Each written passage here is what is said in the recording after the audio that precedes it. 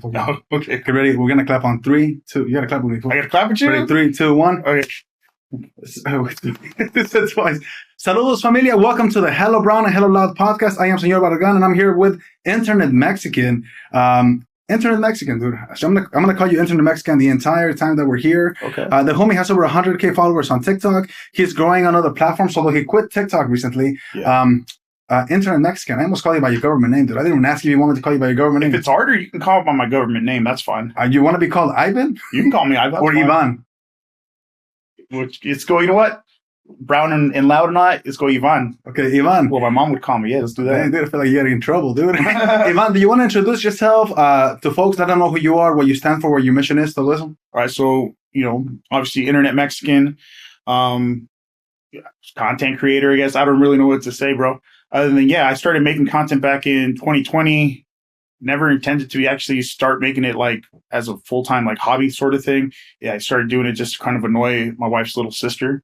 Went on there, made used to do little dances, and then it just kind of took off. And so now I just kind of talk about history, or I used to predominantly talk about politics as it affects the immigrant community, especially undocumented immigrants. And as you said recently, though, I did quit TikTok just because of a lot of censorship and some intrusive features that started asking me if I wanted to allow it to access my home network and stuff. And I was like, nah. That's too much. But you also do some stuff on Patreon. I think you used to be like video essay type things. I do stuff on Patreon. I mostly write articles. That's probably it's mostly text on there. And I'm not gonna lie, I kind of cheat. The stuff that I put on there that's text, it's mostly just my scripts, but then I post them on there as like essays. Yeah, that's dope.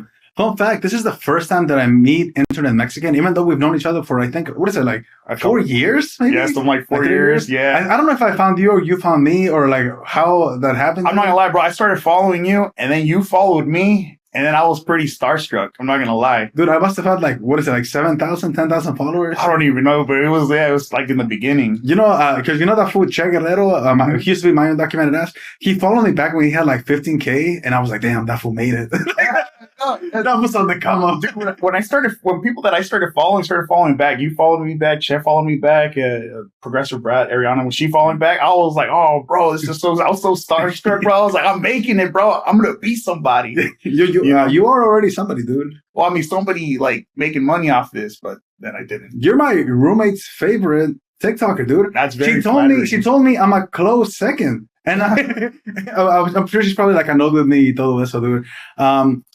I know that you got started as a joke, dude, but I think the things that you stand for are like incredible, dude. I think the way that you're spoken, the way that you're like educated on things. Sometimes I just send you stuff that I find because I do this kind of have a strong perspective on this. What's your passion, dude? Like, what's the thing that like drives you to create content and to continue to create content, even though we're seeing a lot of censorship right now? Mostly just to dispel misinformation, especially misinformation about the undocumented immigrant community. And especially when I started building a platform, like even when it was like just 10,000, it mostly what drove me to keep making the content was, I guess, a sense of responsibility. If I built an audience, I might as well use it to dispel like misinformation. Like when people would say, all these people are coming here committing crimes. Well, actually, undocumented immigrants commit crimes at significantly lesser rates. Here's the study that proves it. Stuff like that. That's mostly what drives me. That's the main thing. Yeah. And also my culture, because remember I used to make a lot of history stuff. Was that I wanted to share Mexican culture, specifically Mexican history, because I didn't like a lot of what I saw on social media that was representing like Mexicanidad or whatever. Like people would be like, oh, like Latina Toxica, or like I mean, I don't want to name any content creators, but like those type of dudes that would name them, dude. No, like those type of dudes that would like, I guess like like the fools who would always like present themselves as like sort of like narco adjacent. Mm-hmm. Or like play pretend. Yeah, that kind of stuff. I didn't like, so I was like, you know what? I better, since I got a platform, let me talk about history. Let me talk about some of the things that our culture has accomplished. Let me talk about, the three guarantees of the Mexican, war for independence. Let me talk about Vicente Guerrero. Let me talk about, Miguel Hidalgo and like, heroes in our history, so that we have a better representation, and it's not just these like stereotypes that are continuously being pushed. Yeah. I think that's like incredibly needed, right? Mm-hmm. I used to be an ethnic studies teacher at some point in my life. Make it sound like it was that long ago, but actually it was that long ago. It was like 7 years ago now. Mm-hmm. And I think one of the things that I would often tell my students is that ethnic studies or thinking about American culture through a different lens is it's a band-aid on the current system, and classes like mine shouldn't exist because it should be incorporated into the history classes that our students are teaching. But there is the gap, and I think this is a place where content like the one that you make or content like the one that I make sometimes, even though right now I'm doing a lot of like defensive content, is necessary for education, for empowerment, and for representation in general. So you're a Mexican fool, I'm assuming. Yeah. Your name is fucking Internet Mexican. Yeah. What part? Soy de Nayarit. The Nayarit? Yeah, I'm Atlan de Cañas. That's where I was born. Dang, dude. When was the last time? I haven't been there since I was 1 year old. We came to this country in 1990. Crazy. So if Mexico and the U.S. goes into a war, right, and you have to pick one, why would you pick the Bay Area? Because that's my stomping grounds, bro. That's where I'm from, dude. And you know, hell yeah, dude. That over everything, I think. Dude, I think it's hella funny when people like bring that up. I said we need to pick a side. But I think what I really wanted to ask you is Mexicans come in all shapes, sizes. Like the culture is like super deep. What type of Mexican are you, dude? Geeky kind, bro. Rocker kind too. I'm a rocker fool. You know, I grew up listening to a lot of metal and stuff, but mostly just the geeky kind, bro. I'm a gamer, like manga, like anime, like Pokemon, Yu-Gi-Oh, World of Warcraft. That's the kind of World of Warcraft. World of Warcraft. Dude, bro. I was a RuneScape. Really? You know, I never got into RuneScape. Or enemies, I think. What? I never got into it, but yeah, I used to do World of Warcraft in World of Warcraft trading card game. Privilege ass food, dude. I couldn't afford. Hell no, bro. That's expensive. That was $15 a month. It was, but what happened with that, you know, it pissed off my dad is that I had a little bit of tuition money left over, and I bought a couple months worth of time. And that's what was pissed, but that's how else I was able to play it. Oh shit! That's why I didn't get to play it that long. I only got like to play it for like a year or two. Dude, a year is still a lot of time. When you say rockero, do you mean like United States rock or Mexican rock or both? I mean, I honestly didn't really listen to that much like Mexican music when I was younger because I wasn't really too familiar with it. And so mostly it was just like US stuff. So like Cradle, or not even US stuff, like Cradle of Filth. That's from like the UK. Right? I've never heard of Cradle of Filth. No, Cradle of Filth. Check it out. It's from the UK, and then another one, Calma. I think they're like Scandinavian. I'm not sure. But yeah, also like American stuff like Metallica, you know, AC/DC. Well, AC/DC is British too, I think. Yeah, that kind of stuff though, like metal. Dude, that's interesting because I'm a rockero Mexican too. Like even just talking about the idea of like Mexican people are hella like diverse and stuff like that. Like, but like I'm like into like Molotov. I'm into like El Gran Silencio. Never heard that. Like Maná. You don't know El Gran Silencio? What the heck? See, like this is the shock that I'm like, what is this? Like Maná. But like that's like the realm El Tri. Like that's like the realm of Mexican of like the rock that I learned about. How did you get into it? into rock? Into rock, into manga, into like geeky stuff. That's like I think in general that's in some ways outside of our culture, dude. Like I don't imagine your parents were out there playing World of Warcraft. No, they weren't. I mean, I grew up in San Jose, and the neighborhood that I grew up in was predominantly Mexican and Vietnamese. And when I was in middle school, a majority of my friends were Vietnamese or other members of the Asian community, and they were super into manga and stuff. So they introduced me into manga. I mean, I was already into it with some of the stuff that are like staples for the Mexican community. So things like Caballeros del Zodiaco or Dragon Ball Z, obviously, right? But then they started showing me the other stuff, Fushigi Yugi, Yu Yu Hakusho, Rurouni Kenshin, stuff like that. So they got me into it. As far as for the rock, one day I turned on a radio station and Metallica was playing, and I was like, I'll fuck with this. Yeah, dude, you definitely. Did you ever listen to like hip hop too? Like, or was that like that? Didn't come until much later because I had a really narrow view of like hip hop. I was like, oh, it's just people talking fast, so like I didn't really like appreciate it. And then when I got to college, I got a MacBook, so like have a laptop so I can do work at school. And then and it had GarageBand, and I was like, how hard could it be, bro, to make like it's just talking fast over a beat? So I tried to make my own rap. No way. Yeah, dude, you can find it one song on YouTube. It's horrible. It's called Procreate. Procreate by Internet Mexican? By the Beans and Rice Connection. So it was me, obviously the Beans, and one of my Asian homies, and then this other Mexican fool. And yeah, the Beans and Rice Connection. Don't look it up, dude. It's a horrible song. But it was that they're trying to write lyrics and trying to like make a beat that I was like, oh, this is actually a lot harder. Let me listen to some rap music to kind of, and some hip hop to kind of get of how it works. And then I started really appreciating it. And then I started listening to more hip hop. Yeah, dude. I think the vibe that you give on the internet, what's it called? I would imagine that you would have discovered like Immortal Technique when you were like 13 and you're listening to Dance with the Devil and you're like, oh crap, like what's happening here? I didn't listen to that till I was in college because one of my homies, a Laotian dude, he told me, hey bro, you ever heard of Immortal Technique? Listen to this song. And then I think like most people, when I got to that one part, I was like, what the fuck? I know, but I still like filming people's reactions when I play that song and they listen to the whole thing and they're like, what is happening here? Yeah, dude, it was definitely like, what the hell? But yeah, then when I got into it, obviously I listened to a lot of like the stuff like Lil Wayne and like Eminem and stuff. But then I started getting to other things like Brother Ali, Sage Francis and stuff like that. Yeah, dude. Immortal Technique, this is random, but like Immortal Technique did a concert in Santa Cruz like a couple of years back, and he did like Dance with the Devil, and like it was back when I used to do substances, so I was like all out of it, like I said, just like the legal ones, by the way, just be super clear about that. And then the dude started saying like, and the devil's here, he's in the crowd, and what's happening, dude? I was literally gonna wear his shirt today too, and I decided to take it off. Where did the name come from, dude? Internet Mexican. I stole it from someone else. Actually, I used to go on this one website. I forgot what it's called. It's like Spiked Humor or something. This was well before YouTube had taken off. Yeah. So this is the website that I would go on to consume like funny videos and pictures. And there was a guy on there whose username was Internet Mexican. I thought it was hilarious.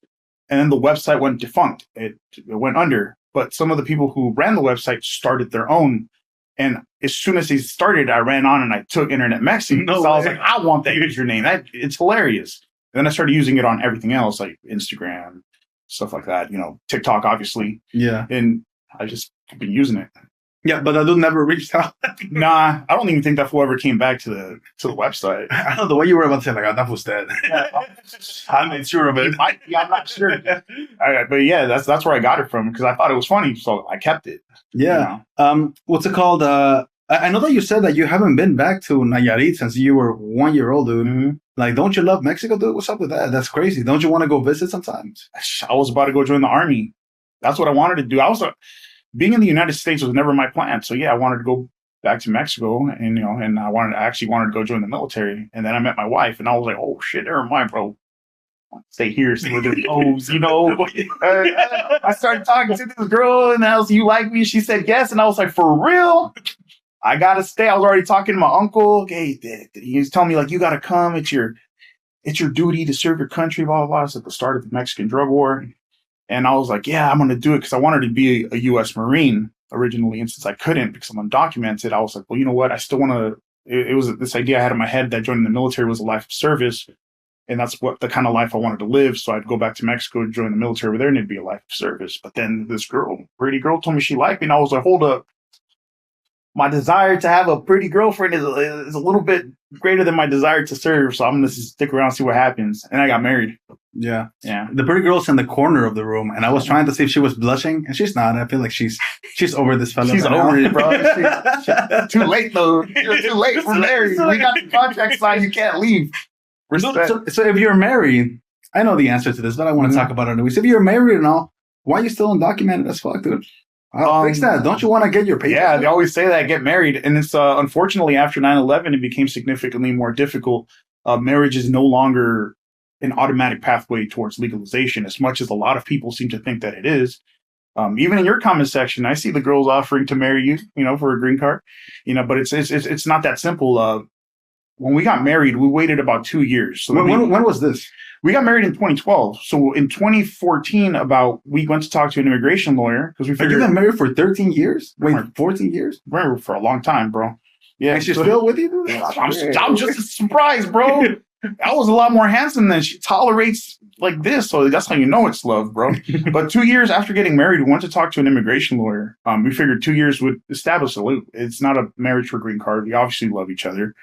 You know, so we went to talk to an immigration lawyer and he's like, do you have kids? No. Does she have medical issues? No. Okay. Does she have a job? She does. Okay. Then she doesn't need you. You don't get a green card. Sorry.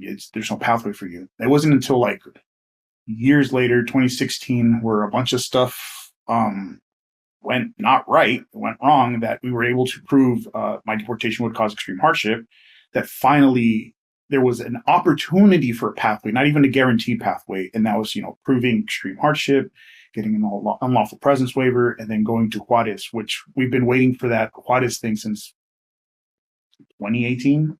So you're in the process. We're in the and waiting. Yeah, and even in that process of waiting, applying in 2016, getting a message in 2018, 2019, being told we have to wait, putting in at this point like $12,000, they can still say no. So it's a lot more difficult than people seem to think that it is. Yeah, I think a lot of the people that are pushing for this idea of just get legal, get in line, like think that getting your papers is as easy as getting a driver's license. Yeah. And because they know people that are so lazy that they don't get a driver's license, that they assume that this undocumented fellas are lazy and they don't want to actually start the process. I actually don't know how hard it is to like get your driver's license. It's been a while. It might be more difficult. I don't know.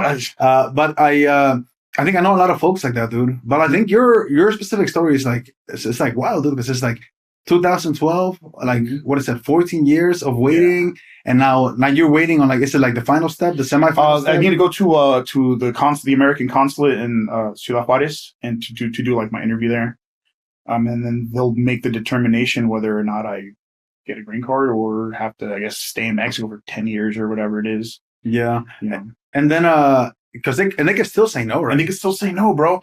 And they're super. I know they're super stingy about like everything, because one of my uncles, after years of being undocumented, was able to get his green card, and he went through that same process. His was an extreme hardship, and for him, it was a different pathway because he's a business owner with a successful business with several employees who are U.S. citizens who all rely on him. He's got a kid, so his pathway is significantly different than what I went through. But even when he went to the meeting in Juarez, they were looking for any reason to deny him. He has a Virgen de Guadalupe tattoo. They said, oh, it's a gang tattoo. Damn, I got one of those. Yeah, they said it was a gang tattoo. And he was like, no, it's cultural. He has I think like an Aztec sun on his back. They said, that's a gang tattoo. He's like, it's cultural, bro. That might be. He told me they could be fooling everyone. Hey, bro, they made him strip naked, and they were checking him for all the tattoos and stuff. Any reason to tell him no. So like, it's not easy at all. They're not only is it a difficult, expensive process, but the entire time they're looking for any reason to reject you, like at all. You don't have any anime tattoos, do you? Nah, not yet. Not yet, dude. I've been avoiding tattoos. Dragon Ball Z all over your chest, that's a gang tattoo. Until I get a green card, no tattoos, but I'm gonna get that Jesucristo carrying Goku. You know what I mean? Hell yeah, dude. Dude, I already messed up, dude. I'm like, I tied it up on one side, dude. I had this idea that I wanted to see how I look old without tattoos, so I only tattooed half of my body. And then I'm like, that sounds kind of stupid. Like, in retrospect, like I can just like imagine it. My first tattoo says a dreamer, dude. You can tell that I was going through it, dude. It was like maybe like 2015, 2014. I don't know. And I guess like the idea of labels and everybody's calling you illegal, like illegal alien, and like the attack that is happening on people. And like, I felt the urge to like have a label that I didn't hate. And I don't know why I didn't put just like Mexicano or Mexican or something, but like I was like, oh, like it's like, no somos de aquí ni de allá, and like all of that stuff. And like Dreamer was the one that I landed, so I like put Dreamer right here. Oh, and then somebody saw it and like, damn, fool, you hello Mexican. I'm like, what the heck? Hey, honestly, it's good because I didn't get any tattoos, because the first time we saw an immigration lawyer, he said, don't get tattoos just in case down the line there's some sort of reform. They'll try to use that against you. So good thing they told me, because bro, I wanted to get 408, San Jose, dude, you know. You don't even live there no more. It don't matter, bro. That's where I'm from. That's not my fault, bro. I got priced out by techies. You know what I'm saying? If I could go back, I would. What's the area code for where you stay at? In Modesto area? I forget. Or Stockton area? I forget. It's in the Central Valley. Let's just say that. So you should write down Central Valley. I don't want to give the exact city I stay in, bro. I'll be getting death threats and stuff. Did I be getting You're about to put my ops onto me. I get a lot of death threats too. Yeah, it's a trip, bro. Yeah. What's it called? Like, would you want to move back to Mexico, dude? Like, the state of the United States is kind of wild. Like, it's or is this like, this is where you want to be? Like, I know that I want to be in the Bay Area. I want the ability to be able to travel. I want to be able to see my dad, my grandpa. I got to see him when I got advanced parole last year, and then he passed away, dude. So it was like I want to be able to see my dad. I want to be able to visit things. I feel like a little bird on a golden cage when I can't go and see like the nice things, dude. Yeah. I've worked so hard. I want to be able to go, I don't know, just like see the nice views or lo que sea. Honestly, I've told her before, the only reason I'm in the United States is for her. Don't point at her. Don't point at her. Nope. there. That's the only reason I'm in the United States. If it wasn't for the fact that She don't look guilty, by the way. No, if it wasn't for the fact that I'm married, that I'm a wife, that she wants to be here with her family, I wouldn't be here. The goal was never to be in the United States. Like I said, I wanted to go join the Mexican military, right? And even now, like, we were seriously considering just like leaving to like Canada or even Mexico. So like, if I had an opportunity to live there and she wanted to go, yeah, but I'd probably want to go live in Mexico for a while. Like deuces. And it wasn't always like that. It's definitely like that now because I've become very disillusioned with the United States because I grew up with this perception of what this country was supposed to represent, what it was. And recently that perception has been completely torn apart. It's not the country I grew up in anymore. I don't even know that the country I grew up in was what I thought that it was. You know, reading about the history of this country, you know, and stuff. Yeah. Maybe it was an illusion the entire time. At this point, if there is an opportunity to bounce or whatever, and she's willing to come with me, he's like, no pressure. No pressure. No pressure. You know, I'm just depressed. I'm not depressed, but you know, I'd like to go live somewhere else. You know, this one wants to go to Japan. So. I used to. Are you allowed to say adult content stuff on here? You can say whatever you want, dude. She knows the story. It's a stupid story, but I don't get to tell it often. When I first graduated high school, after I had already found out I was an undocumented immigrant and had no prospects, at least in my opinion, you know, I was like, how am I going to get a good job? You know, how am I going to do this? Like, I was so like, just like down in the dumps that I started looking for ways to leave. And I was on Craigslist and they were hiring adult actors to go to Japan. And I was like, couldn't hurt. So I applied, bro. And then for the application, it was like, must be Caucasian or African American. And I literally said in the email, I'm Mexican. I feel like my skin tone's in between, if that's acceptable. Please tell me you have a screenshot of this application somewhere. No. It's in your email. No. And then, damn, I deleted that email. But and then the second thing was there was like, must be well endowed. And I literally asked, by what standards? American or Japanese industry? Because I think on Japanese industry, I think I'm standard based on what I've seen. And then I sent a picture. I've seen. Based on the fellas of the locker. I'm just making, based on what I would see online. And then I was like, hey, and check it out. Because you have to add a picture. And I put, I am uncomfortable sending a nude photo. Here's a picture of me posing fully clothed. And I send it in. Obviously, never got a response What back. was the post? It was like... No, I was saying like in a wife beater. Because I was all in shape. Obviously, never got a response back. Otherwise... it wouldn't be Internet Mexican, bro. Did you check your spam folder? I did. I checked it religiously for a week, you know? But what would the pay, what would have the pay been like? Because like, once you leave, it's like, oh, now I'm in Japan. I didn't even think about it, bro. My thing was just like, I need to get somewhere else and be legal somewhere else. And this looks like an opportunity. And obviously it didn't pan out because you have Internet Mexican and not, you know, Han Solo or whatever other username I would have picked. I almost said it's not too late, but it is too late. It's too late. It's too late. It is. I'm trying not to make eye contact with this. Oops. I don't know if she's down. We might have to open OnlyFans. No, I'm kidding. Dude, sell pictures of your pata, dude. That's where like the money's at here. Yes. Somebody out there's gonna want your pata photos. Leave in the comments if that's what you want. But yeah, no, that was one of my. I don't know why I thought it would be an escape. But the crazy thing is that you saw this on Craigslist and you're just like, yeah, this is legit. I didn't know anything about internet safety back then, bro. I was putting my phone number on my social media. Mexican. What do you mean? Like, yeah, but I wasn't good at the internet. I was putting my private information online and stuff. Here's my social security. Here's the fake social security number. I didn't do that, but like back in the early days of social media, I'd be like on MySpace and like, here's my phone number. Dude, that was definitely a scam. There's no way that wasn't a scam to get people to send pictures of their weenies and then they're like, comes along and they're like, why is this fat Mexican dude sending us fully clothed pictures? Dude, if you have the picture of you in the wife beater, I just want to laugh. I just want to laugh at them. I'm not even gonna look. It probably is in there somewhere. No, to transition.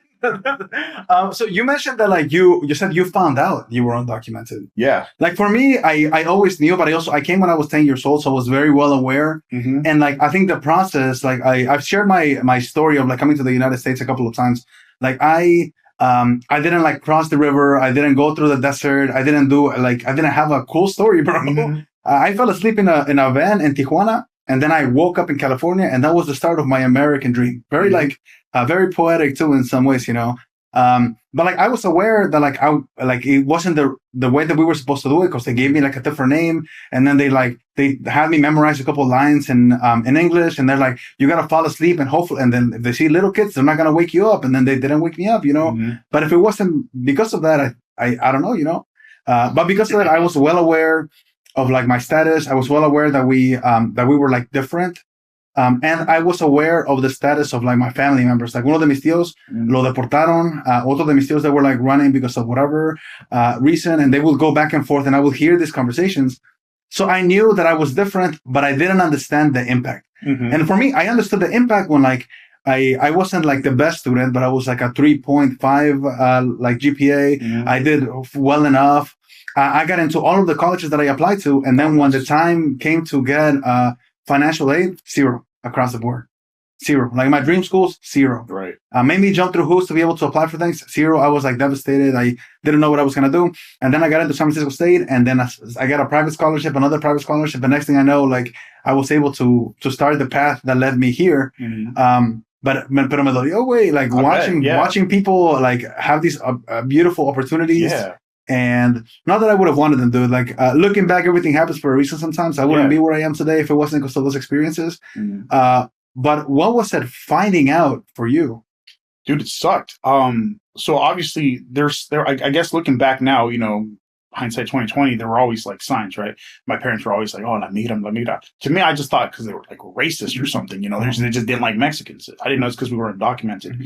But when I found out, I was 17, I was in JROTC. You know what that is, right? Mm-hmm. Junior Reserve Officer Training Corps. It's like, for those who don't know, it's a high school course that's like, I don't know if it's run by the military, but it's like a military high school course, and it's supposed to raise like leaders and stuff.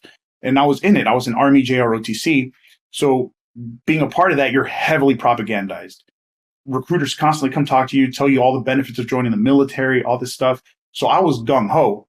And what I was already like set on doing was joining the Marines, because again, I had this idea in my head that I want to live a life of service. And what's more a life of service than joining the U.S. Marines and putting your life on the line for your country? Mm-hmm. So when I turned 17, I was talking to a recruiter. I did my ASVABs, you know, which is the aptitude test you take when you're going to join the military.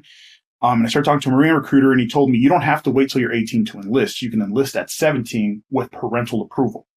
So I was like, that's what I'm going to do. So I went to my mom, hey, I want to join the Marine Corps. I already took the ASVAB. I'm already talking to a recruiter. So I just need you to approve, you and dad to approve so that I can enlist. And she said, like, no puedes. And I was like, no puedo. Like, si no me deja, I'm just going to wait till like, I got it. I got this, Mom. Yeah, no. So she was saying, like you can't, like, I took it like she was telling me, like, we're not letting you. And I was like, I'm just going to do it when I turn 18 anyway. And she's like, no, you don't get it. You can't because you don't have papers. And I was like, well, that don't make sense because, you know, if we don't have papers, then how is it that, like, that has a business? Well, he has a business, but he's still undocumented. You know, you can, you know, we're here undocumented. We're making things happen undocumented. You don't have papers. You don't get that opportunity. Like, sorry. And for me, like, I had this whole thing planned out. I was going to join the Marine Corps, serve my 4 years, come back to San Jose, join the SJPD, become a police officer, continue my life of service and all this stuff. And so when I learned that, it just like completely like crumbled everything, right? And I had this idea too that if I'm in the Marine Corps, I get the GI Bill, so I get to go to college. So I started kind of like, you know, trying to be a little bit better at school and stuff. And the moment they told me that, I stopped caring. Wouldn't do my homework, stopped studying. I was like, what's the point? You know, and they tell me like, well, go to college. You know, I was like, why am I going to college? Because I saw college as like job training. So I was like, well, if I don't have papers and I can't get a job, why would I go to college? That seems like such a waste of time. And so I just didn't want to do it. And like, I felt like for a while, I was like really sad. I was like, there's no point in going to school. There's no point in studying. There's no point in doing anything because of this one hurdle. And that's ultimately why when one of my uncles called, he was like, hey, you should come join the Mexican military. I was like, all right, fuck it. I guess I'll just do that then. You know, it still get to live a life of service. If I can't do it here, I'll do it there. But yeah, bro, I was bummed out. I was hella bummed out.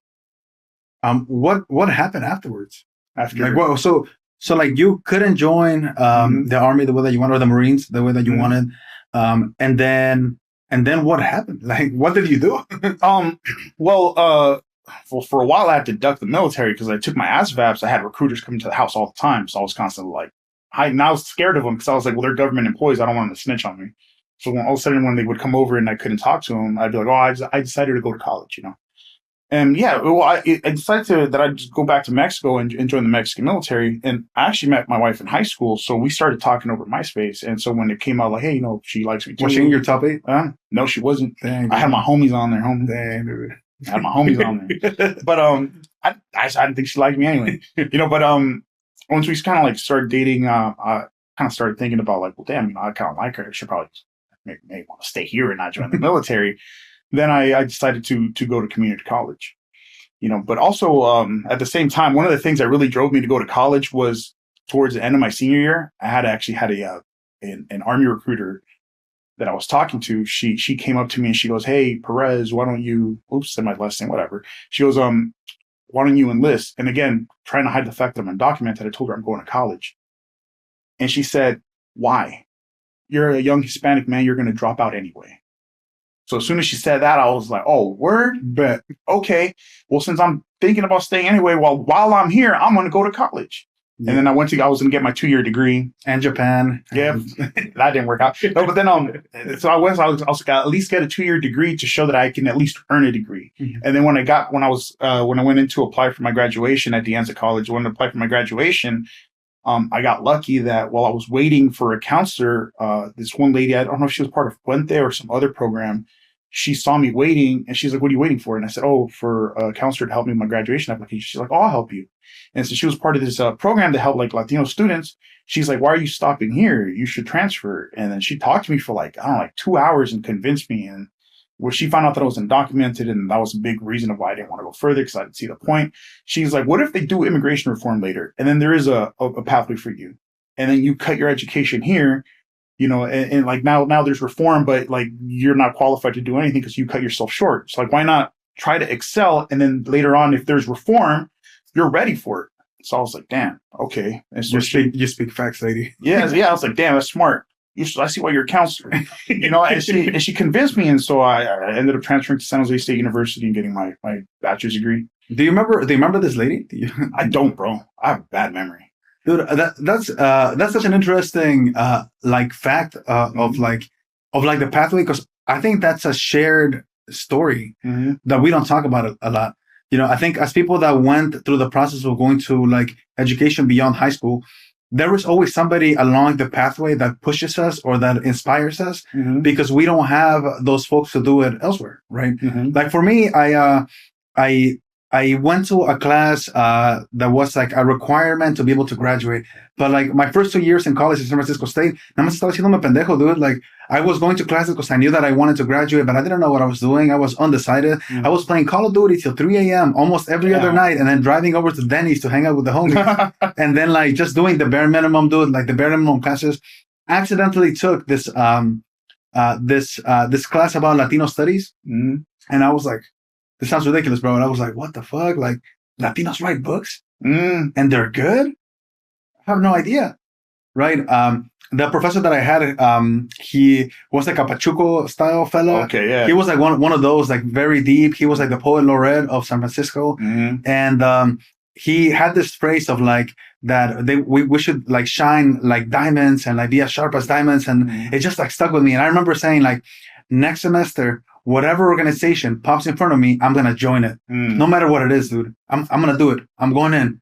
And the first organization was the Ethnic Studies Student Organization. And then like it just spiraled out, dude. Like next thing I know, I was like the president of the organization. Damn. I was like supporting in rallies, and I was like, what the heck? But if I didn't take that random class, if I didn't meet that random teacher that inspired me or that pushed me, I don't know that I would have finished college. And if I did, I don't know that I would have had the experience or that I'd be who I am today. It's good that you did. Yeah.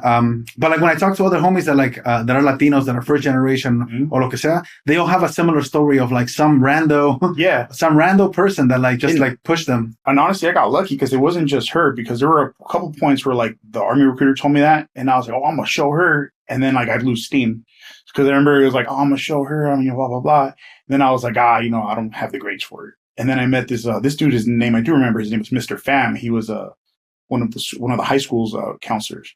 He started like pushing me, and so he got me believing like, oh, I can do it. And then college is too expensive because if you're undocumented, you pay out of state tuition. Right. So, oh, never mind. I'm not going to do it. I can't afford it. And then I met this dude, Mr. Jones, as well, another counselor, white dude. And he's like, oh, well, here's AB 540. It makes it so if you're undocumented, you pay in state tuition. I'm like, okay, cool. And then that got me motivated again. And it just kept, there was always someone along the way. Thank God. Otherwise, it probably wouldn't have ever happened. Yeah. You know, you just like reminded me of in high school. I had a similar experience of somebody telling me that I couldn't do it. And like that alone like pushed me enough as well. Because it pisses you off. Yeah, it was like a college counselor who told me that I shouldn't apply to 4-year universities because I was undocumented and I wouldn't get in. And I was like, and I don't know why that pissed me off so much that I was gonna apply anyways. But I was like, oh, I'll show her. Yeah. And at the end, she like I didn't get any financial aid. So I don't know. I don't know if she was right or not, but. It's like interesting, like these shared experiences that a lot of us have that like led us to the place that we're in right now. What's your major in? Business administration with a concentration in management information systems. I've never used it. Dude, that's boring as hell. It's so boring.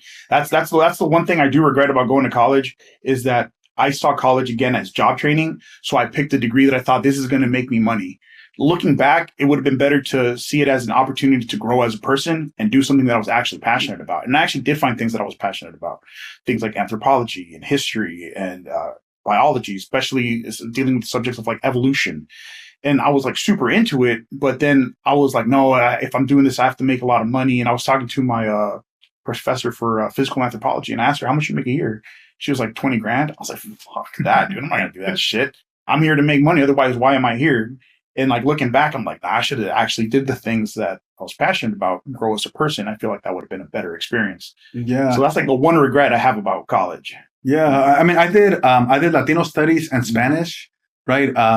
And I wasn't, I think Spanish was the route that I was able to convince myself, like a major in Spanish, that'll somehow make me money. The Latino studies, I don't know. It was called Raza studies actually, but they changed it to Latino studies to be friendlier, since Raza can be very Mexican. Yeah. But like if that was the only venue that I was able to convince myself, like I'll make money somehow. And it ended up, I became a Spanish teacher and that was like the original route in general. But when I started seeing your content, I remember telling folks, when they would see your content and they would talk about it, I was like, I think that fool should be like a professor. I think that internet Mexican should be a professor in Mexican American history or Mexican history or like name whatever other topic that you're interested in. Because I think you're very well spoken, dude. It's something that I've considered, but I just don't know that I, one, have the funds or the time to go back to school. Otherwise, I would love to be a history teacher, especially focusing on the time period between like colonization and like the first Mexican Empire. What's stopping you from doing that as a project on the socials? I was doing it. So originally I was talking Mexican history, right? I had a video. It's like a half an hour long on YouTube called "The Sparks of Independence," where I was talking about what's called the Valladolid conspiracy. Then I was talking about the Querétaro conspiracy, and I was going to do it as a gradual progression until we got Mexican independence. And then from there, I was going to do another series talking about the First Empire. But the reason that stopped is politics. Things started happening. Misinformation was, because obviously the Trump campaign was pushing a bunch of misinformation against undocumented immigrants in general. And I was like, well, damn, I feel like I need to address this. And so all the history stuff got put to the wayside while I made content addressing the stuff that I felt like needed to be addressed then and there. And even though there were content creators like you, content creators like Che, who were already addressing it, I always felt like, well, damn, I also have this platform. What if there's people on my platform that aren't on theirs that aren't going to get the message? So I felt like I had to pivot. Yeah, I think me, you, and Che, like I mentioned, I gotta bring that fool in next time he's in California too. We'll put the three of us, so that'll be like a fun time. But I think I remember the three of us were the only folks that were like undocumented, creating content, and that were being like outspoken without like fear of repercussion about things. Right now, there's like a bunch of folks that are on the come up so I think it's great. But I felt like all of us like filled a different role when it comes to some of the education, uplifting, and representation that we need in the social media space. But I think one of the things that I want to make sure that I do is like hold the homies to like a reminder about like we need your voice, dogs. And like I know that you're not on TikTok anymore, dude. What's it called? In Metaverse Mexican, I think that's the next account. In Metaverse Mexican, yeah, that's the Instagram. That's because the other username is taken by my main account, or the one that I have for friends and family only. Well, kick them out. Kick them out. Make another account. I don't want to. I was like it's delayed. You're like, ask people who try to add me on there, dude. Actually, of course. Yeah, and I tell them. Wait, I follow both. I think. No, you don't. I don't think you'll follow friends and family. Friends and family one. I'll add you. We're friends. Now that we've met, I'll add you on there. It's too late now. No, I'm gonna add you on there. You better accept it. No, but I have the friends and family one. Matter of fact, one of the dudes that tried to add me, he's in your comment sections a lot. He's like fascist Mexican dude. He keeps trying to add me, and I keep telling him no. Just like the class. And finally, I said, "Dude, this is for friends and family." And he's like, "Oh, my apologies." And he finally left me alone. I was like, "Damn." But yeah, it's not for Mexican. I was going to ask you though, when you started making content and you were, talking about the fact you were undocumented, was there ever a point that you were afraid of like making that public, especially as your platform started to grow? Yeah, I don't think so. But I think it's because I came from my teacher educator background, and I had made a pact to be outspoken about it for my students' sake and for the sake of the community that I worked in. So I was already used to like coming into like meetings or coming into like parent teacher conferences or like whatever and just saying, I'm undocumented. I want you all to know that. That way, if there were students that were undocumented, they had somebody to look up to. And if there were people that didn't know somebody that's undocumented, they had like a blueprint of what folks are and not just the narratives that they're seeing online. Right. So like that translated very quickly to the social media space. Like I'm going to talk about this. There were moments that are like scary, that are like people like sending me death threats, sending me like deportation threats. Yeah. But I try to be really careful about like if I film outside, I don't post it till days later or till afterwards so that people don't know the location that I'm in. Even though I tell folks that I'm in Mountain View, California, like, and not that many Angel Barragans over there, dude. Yeah. And I do use my last name and my first name all over the place. But I think it's part of the risk and responsibility that comes with people in spaces like ours. Like how many undocumented dreamers, DACA recipients had the privilege to go to college and now are able to be outspoken in the way that we are. And it's like our responsibility, dude. It'd be amiss for us not to be able to center that as part of the narrative that we're trying to switch. So, aunque me dé miedo, let's just do it like, it's like we got to keep going, Yeah. And then I got to trust that the community that we've built out there is going to have our back if something happens, right? Like if I ever have to go to an immigration thing, I would probably pre-film a video. I'll send it to you. I'll send it to Che. I'll send it to Carlos Eduardo Espina. I'll send it to I'll send it to like Josh the Progressive. I'll send it to Jay Gonzalez. Well, I'll send it to everyone. And I'm like, if you all don't hear from me by like 2 days from now, did I do that? Well, yeah, I messaged you. I had the idea too, bro. I didn't steal it. I remember I did that. I was I don't know if I think it was just you, honestly. It was just you. I don't think anybody else. I was telling her, my wife's got your number and all that stuff in case anything ever goes down. We have a network. Yeah, we have the network, dude. What's it called? I think just like for our protection, to raise awareness and to do all of the stuff, and the transparency, I think is super important. I wanted to ask you. I have 2 more questions, dude, and then I'll see if there's anything you want to add. But what is your mission, and what are your future like goals, commitments, plans for your voice?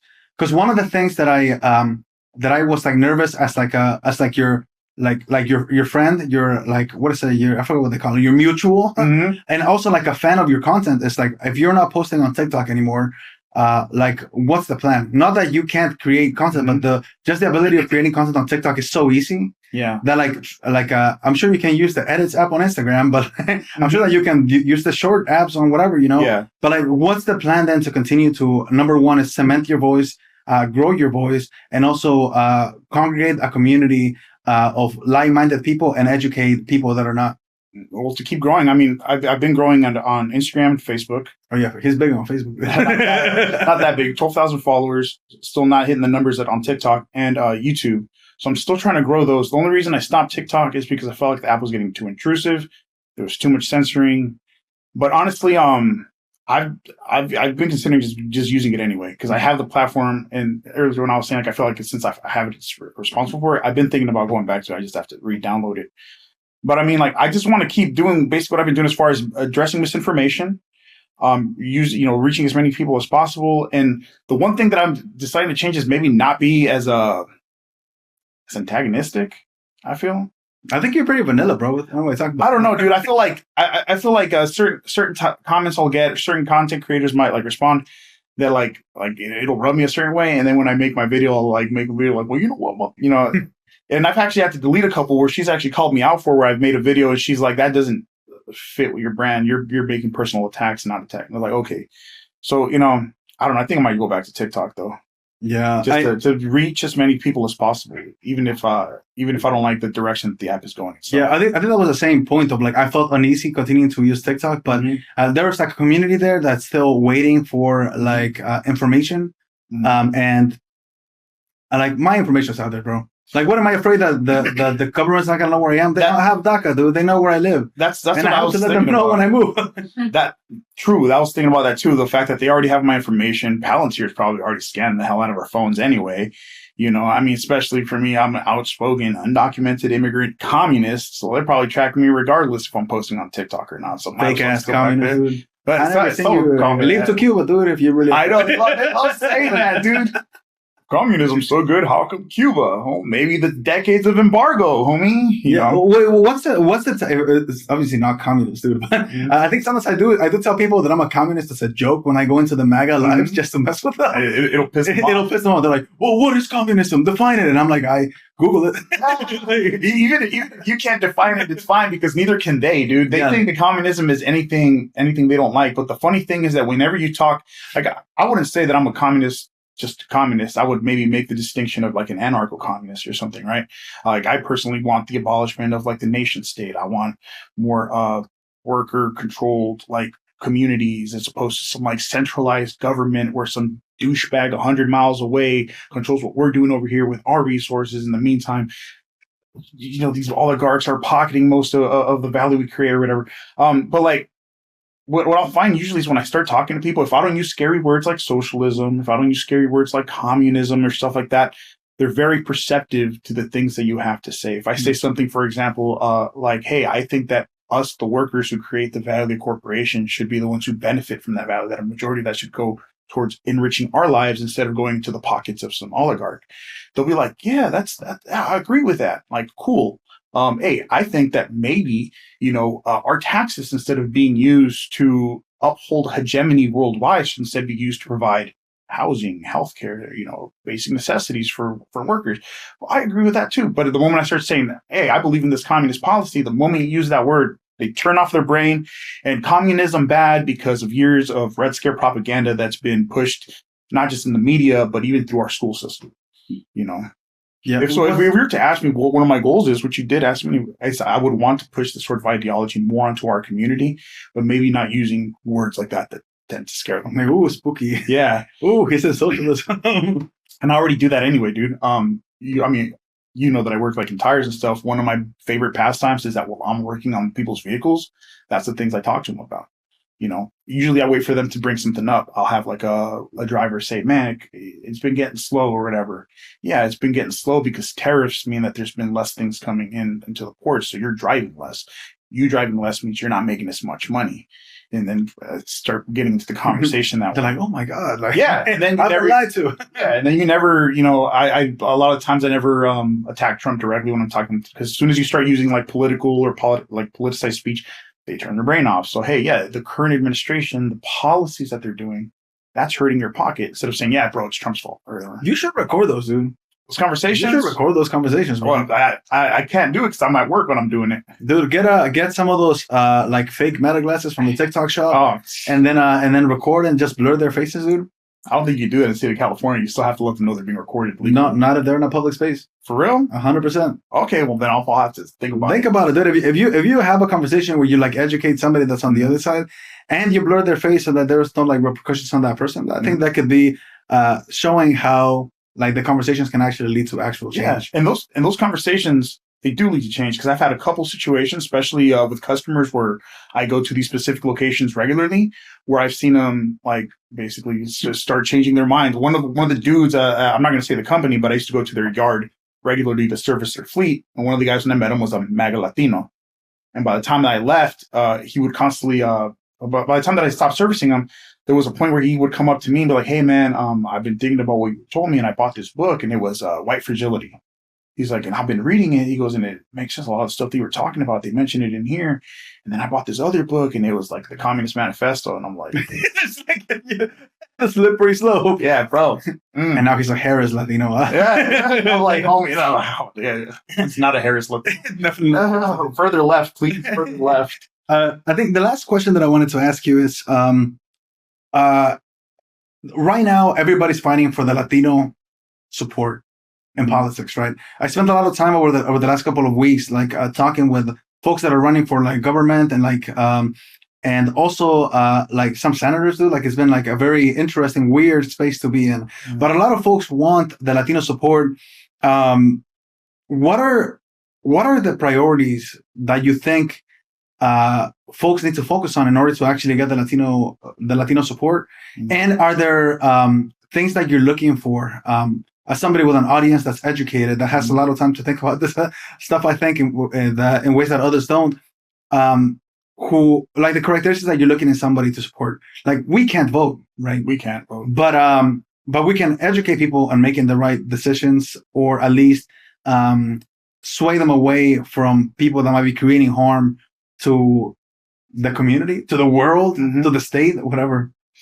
I don't know as far as the Latino vote, because I'm not going to lie, bro. I mostly am very hyper-focused on one specific thing, and that is immigration, right? And in particular, right now, I'm hyper-focused on the treatment of the immigrant community by the administration through, like, I was going to call it the Gestapo, but let's not do that. By immigration enforcement. Mm-hmm. So if a candidate wanted for me to support them, let's just say, they wanted for me to support them, to talk about, promote, encourage people to vote for them, one of the things that they would have to commit to is holding immigration enforcement accountable for inhumanity, for atrocities committed in detention centers.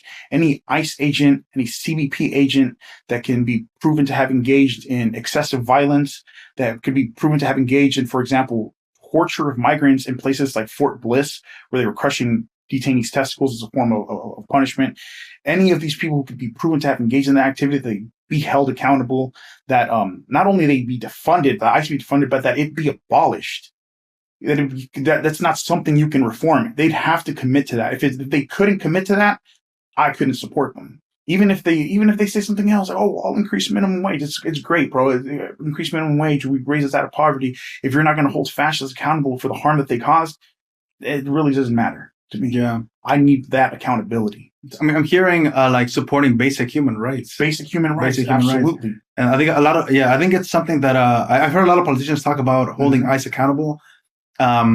But then I think the concrete plans is where they're lacking. Mm-hmm. Y luego, no sé si están nada más diciendo, le sale mierda de la boca a veces, and they just say whatever to sound good. Yeah, that's like, how do you prove that this is like? No, that's one thing that always annoys me whenever you're talking to a politician. Not you, but like in general, when you're talking to a politician. You can call me out if it's no. I think you're doing a good job. But like, whenever you're talking to a politician, ask, how would you protect the immigrant community, or what would you do for the immigrant community? Well, I would protect our undocumented neighbors.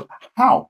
If you're running for governor, if you're running for governor, you're running for the state. Immigration is federal. How are you're saying you're going to protect the undocumented immigrant community in California, but what are you going to do that when federal authorities come and they start superseding your authority?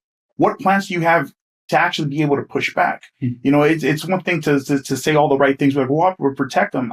How are you going to do it in the face of not only federal authority, but federal authority that has proven that they are more than willing to overreach, to ignore checks and balances? Like, what are you going to actually do? That's what I want to hear from them.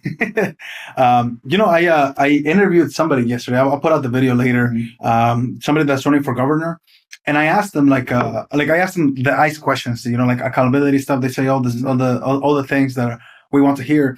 But I asked them, like, what's your plan to ensure that you keep prioritizing Latinos if you were to become the governor?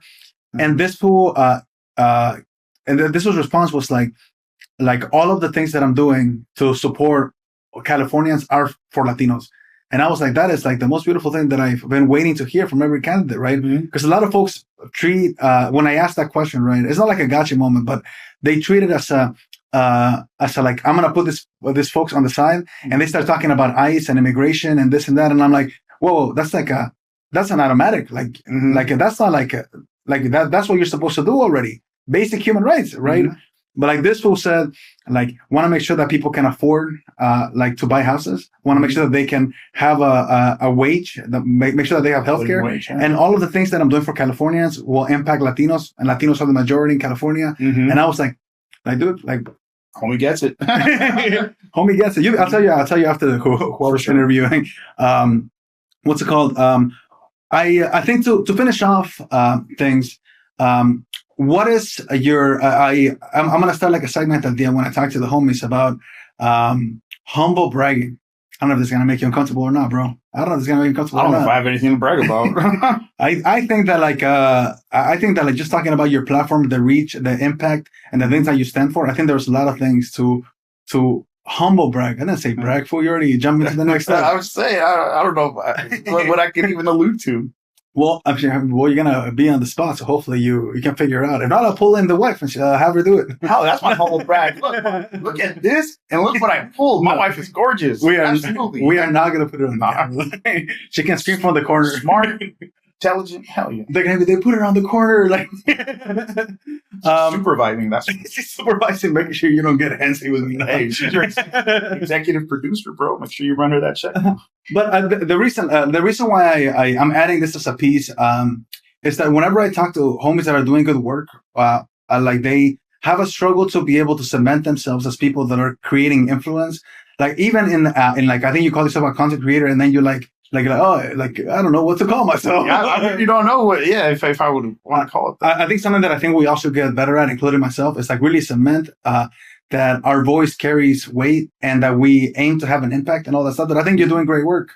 But I'm not gonna do this for you, dude. I'm gonna push my folks that are coming in to be able to humble brag and like share like what's dope and why they should pay attention to them, why they should follow them, why they should look out for the things that they have to say.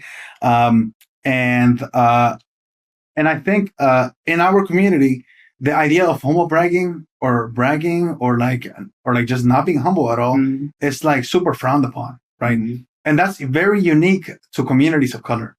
In other more affluent communities, right? Humble bragging, even fucking lying about the things that you've accomplished is like the norm. Mm-hmm. When I used to be a teacher, I would have this like white teacher, savior complex lady, all of that stuff. She did good work, right? But like sometimes she would go out and like claim successes that she didn't do herself. Mm-hmm. Right.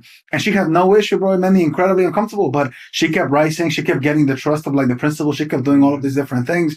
And me on the side, I was getting all of the successes and being real quiet about it. Dude. Like, let's not share. And by doing that, not only was I limiting the impact that I was having in the classroom, I was also limiting the impact that I could have with the people that I was serving. Right. Mm-hmm. I was just gapping to give you time to think about it. and I completely didn't do that. Into the Mexican, looking straight at the camera. What do you stand for? Why should people follow you? Well, if anything, one of the reasons I look at the camera, though. If anything, one of the reasons you should follow me is because whenever I do make content, I try to be as accurate and honest as possible. Especially when I was making my history content, one of the things that I always said was that I want to talk about history the way it happened and not the way that simply makes us feel good about ourselves. Right? We're gonna if we're gonna talk about something that Mexico accomplished, we're also gonna talk about any harm that was caused on the way towards that accomplishment. And I do the same thing when we're talking about politics. When we're talking about politics, for example, when I'm hyping up what the Morena government has done in Mexico, I've also talked about shortfalls. Right? Or if I talk about abrazos no balazos or whatever, I talk about the fact that that policy had measurable effects on homicides, lowering of homicides, but at the same time they lacked on enforcement, which allowed criminal organizations to entrench themselves. So if there's any reason we should follow me, it's because I will always be honest. I will always ensure that I'm doing research and make sure that you're receiving as accurate information as possible. And if I don't know the answers, I admit that I don't.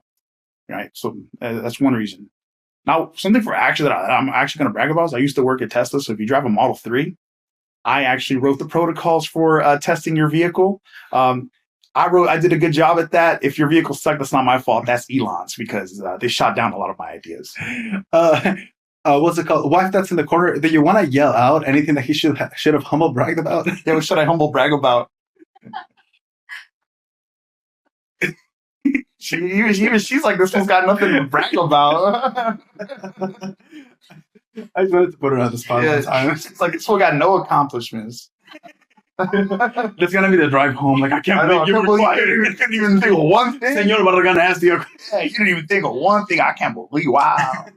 No, I'm just kidding. You're good. You're good. I think that the things that I'll add is that I think Intern Mexican is truly somebody that's very reliable when it comes to sharing information. I keep mentioning well-spoken, but I think that's like an understatement in like the I don't have the right words to say that you are powerful when you're speaking and that you are knowledgeable in the shit that you're saying. I should say that the only reason I come off as well-spoken or articulate is because there's like 30 takes before I post. Well, you're being pretty well-spoken today, dude. And well, I need to, well-spoken, I need to cut that out of my vocabulary, dude. That's like a way to talk down on communities of color. It's just like you talk good, fool.